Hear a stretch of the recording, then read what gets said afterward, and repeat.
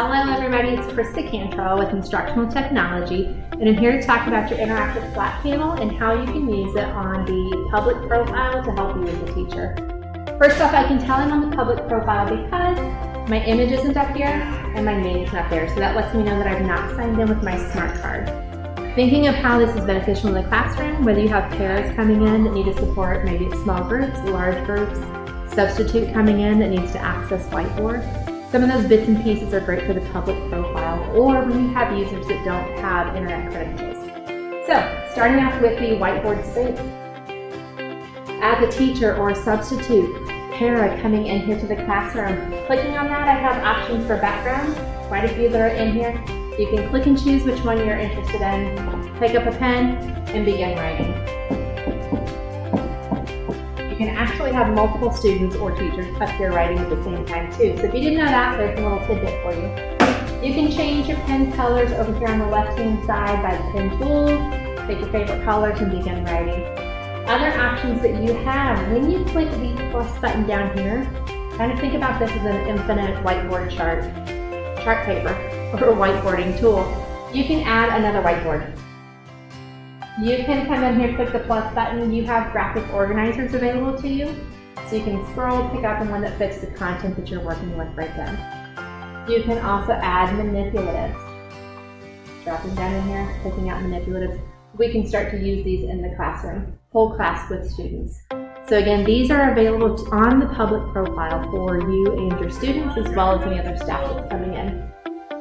Another option that works on your IFP. As a classroom teacher, if I'm thinking about preparing for a sub and I know I have some content that I would like for them to have access to, whether it is one of the graphic organizers, manipulatives, or a YouTube video, I can access all of that with my whiteboard. When you click whiteboard, on the left-hand side, it's got the image search. We can type in our content for the day. Be as specific as we can. I'm just going to search Rome for right now. It does a Bing search to look up images. So I could click that. We could stick it in here. We can write on top of it. Or I'm going to get rid of that one. And we're going to do a video search. And this scrolls through YouTube and finds the videos relating to Rome. And we can pick out which videos that we are interested in. I can also put multiple videos on a page, so just by selecting, it automatically grabs and drops them. As a teacher, I can click and drag to move them for whatever makes sense for my instruction for the moment. Thinking of substitute teacher use, it may be beneficial to write on top of this page to say first hour, second, fifth, and so on. Or having some other content up there to guide students on which one to select. Now we do know that you are also putting any of this instructional content back into your Schoology course so students have access to it, but this is a great way to do whole class lesson, especially if you have a substitute. To play the videos, when you tap on one, it does go full screen. It takes a little bit for it to buffer, but it will play up here on the screen. You have your audio tools, volume up and down over here on the left side panel of your board to control that. So again, putting that instructional content into Schoology, but also you have an option now to add the video onto your whiteboarding space. And I can jump back to where I was. And just by tapping the video, it's going to start playing that. Thinking of uses in the classroom, we've talked about that with substitutes. Again, it pulls from YouTube videos. Thinking of classrooms, elementary classrooms, whether you have transition videos, songs that you play frequently inside recess, or content that is typically put up here for your students. What this looks like for you, when you go back to your home screen, you'll see here's the two whiteboards that we've created today. You can name them and you can favorite them.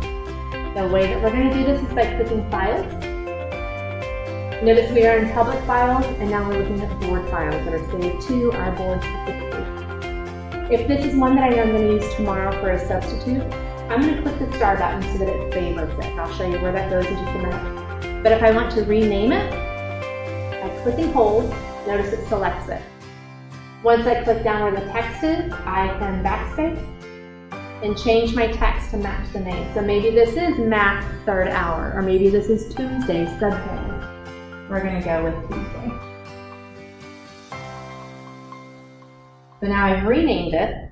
I've also given it the star. When I click home again, you'll notice that it now lives over here in recent, because we just recently used it, but also over here in favorites. That's what that green star does, is it makes it a favorite, and it doesn't have to be used for home screen. You'll notice the name has also changed, so in subplans, that may be something that you type. Let them know to open up the smartboard and click on Tuesday AM, and it'll run right from there. The perks of having it over in favorites is when you click the internet button and you say yes, it's going to remove everything from your recent, but leave all your favorites still on the board. So there we've looked at how to use the whiteboard on a public profile, adding in different tools like graphic organizers, manipulatives, being able to write on it, as well as adding video. And hopefully this supports you with adding subs or pairs in your classroom. If you have any questions, reach out to your Instructional Technology Specialist.